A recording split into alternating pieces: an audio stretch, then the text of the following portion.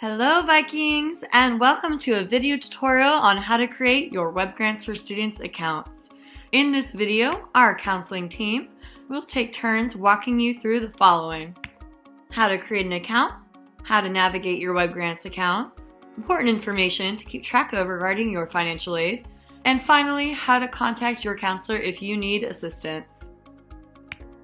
The first step is to access the SESAC through the following link: https://migrantinfo.sesac.ca.gov/. When you enter that, you should see what is on my screen right here. And some of you may have already created your Webgrants for Students accounts this year. If you have done so, you can click the blue login button and you can log in with your username and password that you created previously. However, most of you are going to be creating an account today, and so you will click the link Create an Account that is right below the blue login button, and it should direct you to an area where you can start creating your account. Once you've clicked Create an Account, it should direct you to a registration page. You'll be required to type in either your Social Security number if you submitted the FAFSA, or your California Dream Act number if you submitted the California Dream Act. You will need to create your own username. It will display in green writing below the text box if your desired username is available. Once you have found a username that you can use, make sure you write it down somewhere safe so that you do not lose that information. You will need to type in your full legal name exactly as it was listed in your financial aid application. You will also need to type in your date of birth. Once you have inputted all of this information, you will either see green at the bottom, indicating that the information matches up and that your username is available, or red at the bottom, which either indicates that your username is not available or may indicate that the information is not matching up with the information on your application. This could be due to a name or birth date correction that was done after you submitted. And if your name does not seem to be matching up, try typing it as your name appears in the NSHS school database. Or you can reach out to your counselor and we can try to help you with that. Once you register successfully, you will receive an email with a passcode. This email will be sent to your professional email that you used for your FAFSA or California Dream Act. Enter the passcode and click Authenticate. This will direct you to a window where you will work on creating your 3 security questions. Again, you will want to write down the questions and the answers for these so that you keep it somewhere safe. For the 3 challenge questions, there are drop-down options and you can select the questions that you would prefer for your security questions. Make sure to type in an answer for each question. Once you have filled in all 3, you can click Update. Now that you have activated and set up your Webgrants account, you can actually log into your account for the first time and see your CalGrant award details. Go to migrantinfo.csac.ca.gov and log in. In the login screen, use the username and password that you just created and sign in. If you're having trouble, you can reset your username and password here at the bottom. Once you've logged in successfully, you're going to see a screen that looks like this. It'll have a toolbar at the top that says Home, My Applications, Student Forms, and My History. Underneath that toolbar is the welcome box. If you click the Show More link, it's going to show you additional demographic information, including your SESAC ID, date of birth, and other personal information. This year, you can print your SESAC ID card by clicking the Download ID card link here. You can use this ID card and show it to your school's financial aid office if needed.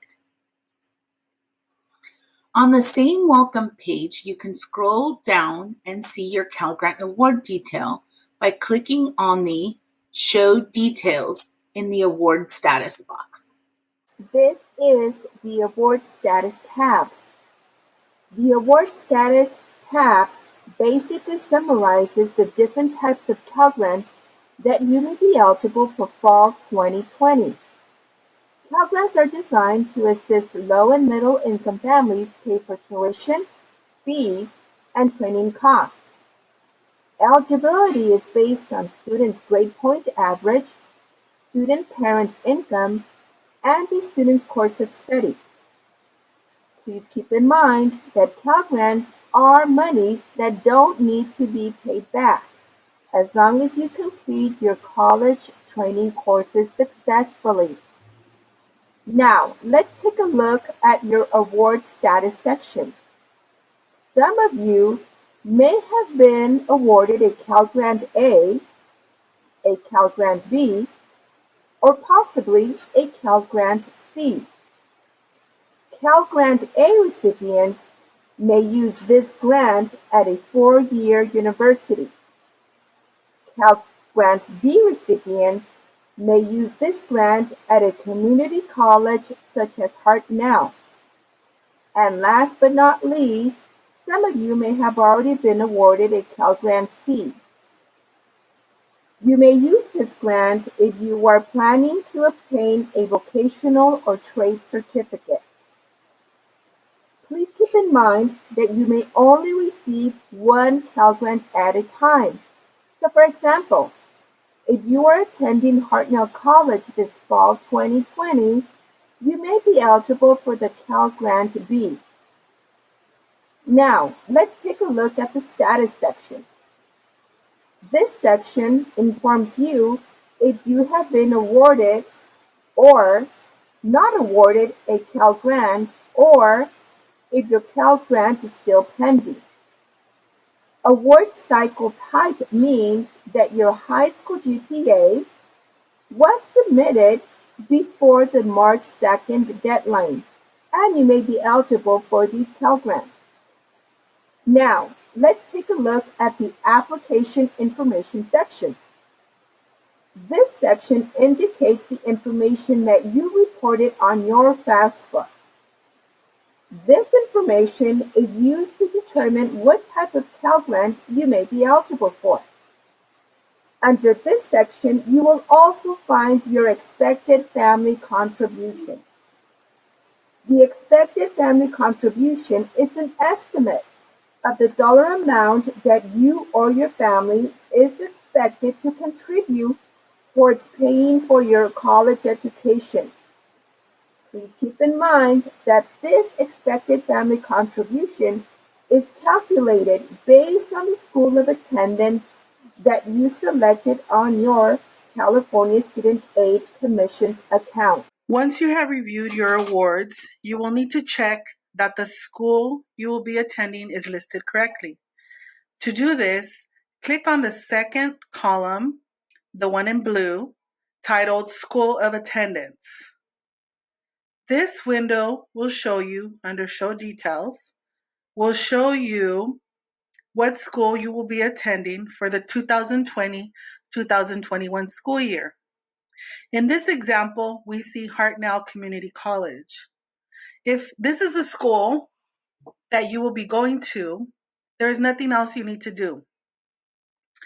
If this is a school you will not be going to, you will change the school where you see at the gray at the bottom, here at the left, change to, you would click there and then change the school you will be going to. It is important to have the correct school you'll be attending so that the school receives the money to pay for your tuition.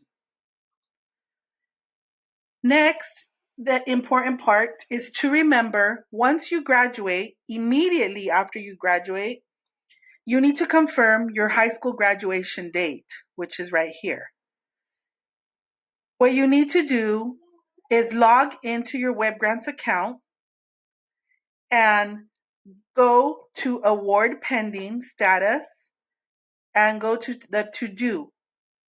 You're going to click on To Do and select High School Entitlement.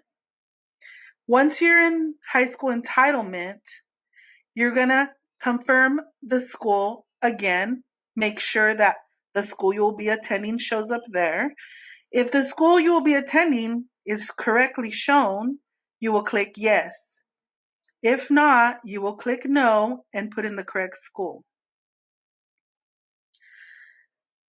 After you're done with that step, you will go to high school graduation date.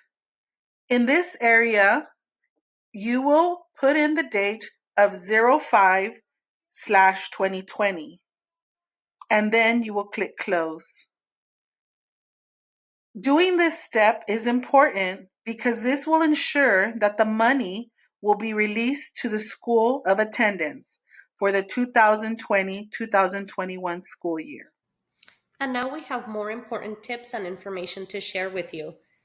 It is really, really important that you monitor both your to-do list in your school student portal as well as your Webgrants account that you just created.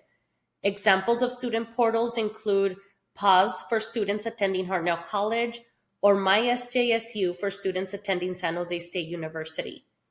Make sure that you check both accounts several times per week for any additional action items or documents that may be required by you. If you see that something's pending, make sure to call your school to resolve that pending issue. In addition to monitoring your accounts, you should also follow up with your school's financial aid office about a month prior to the first day of school, just to make sure that you meet all of the requirements to receive your financial aid and for information on disbursement dates and how the financial aid will be applied to your account. After your campus confirms your enrollment and eligibility, a Cal Grant payment can be processed. Also, it's really important to remember that in order to continue to receive your Cal Grant award for the next 3 years, you will need to renew your FAFSA or California Dream Act application every year. Also, if you want to graduate in 4 years or 2 years, you will need to complete an average of 15 units or more per semester. Therefore, it's really, really important that you make sure to create a plan with your college counselor to ensure that you complete enough units to graduate on time. Make sure to look at the Middle Class Scholarship or the Chafee for Foster Youth Only Scholarship to see have you been awarded. For direct assistance from the SESAC, you can email them at studentsupport@sesac.ca.gov. You can also call during Monday through Friday, 8 a.m. to 4:45 p.m. at 888-224-7268. You can also go to the SESAC website for more information. Your counselors are available Monday through Friday between the hours of 9 a.m. and 3 p.m., and students are welcome to email counselors at any time, and we will contact you to follow up. Students can also request a virtual appointment with the link located on the counseling page on the North High website. Then the counselor will email you to schedule a meeting, and you and your counselor will meet virtually to address your questions. Our counseling team has also set up Google Voice phone numbers so that we can make contact with students and families while we are out of the office working from home. The numbers are listed here and are also available on the counseling page of the North High website. From the bottom of our hearts, we, the counseling team, want to wish you nothing but the best. If you have any questions, please feel free to email us or give us a call. Thank you, and you have a nice day.